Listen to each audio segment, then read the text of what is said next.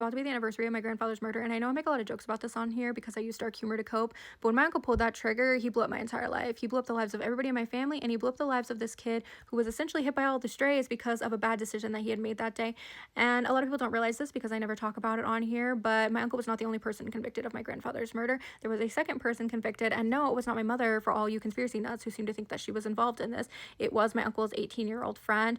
Now, these were two 18-year-old kids making bad decisions. My uncle was who he was as a person, and so he knew that day that he was going to shoot and kill his father. But my uncle's friend had no idea the ride that he was going to be along for. He thought he was going there to steal guns so that they could sell them. My uncle did this very regularly. My grandpa was an avid gun collector. His collection was worth a pretty penny, and he had so many that he did not know that his son had been stealing and selling them behind his back for months. So when they arrived at my grandpa's house that day, my uncle's friend immediately went to the very back room, started loading up his bag. My uncle waited in the front for my grandpa. When my grandpa got there, they got in the fight. My uncle pulled the trigger and ended my grandpa's life.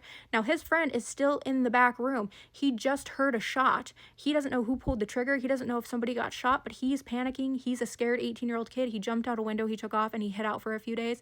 When he came out of hiding, he got arrested for not only the robbery, but also for the murder because he was committing a felony at the same place that that murder was happening at, and he did not report it. Even though he didn't know it happened, this man got charged for a murder that he didn't know happened until he was arrested for it. He was tried for it. He was convicted, and he was sentenced to 25 years to life at just 18 years old. He lost his entire life at just 18 years old over a crime that he did not know even happened until he was arrested for it. And I want you to keep this in mind when you're choosing who you surround yourself with in life. When you're choosing who's worthy of being your friend, I want you to keep in mind that it takes one bad decision for you to become guilty by association.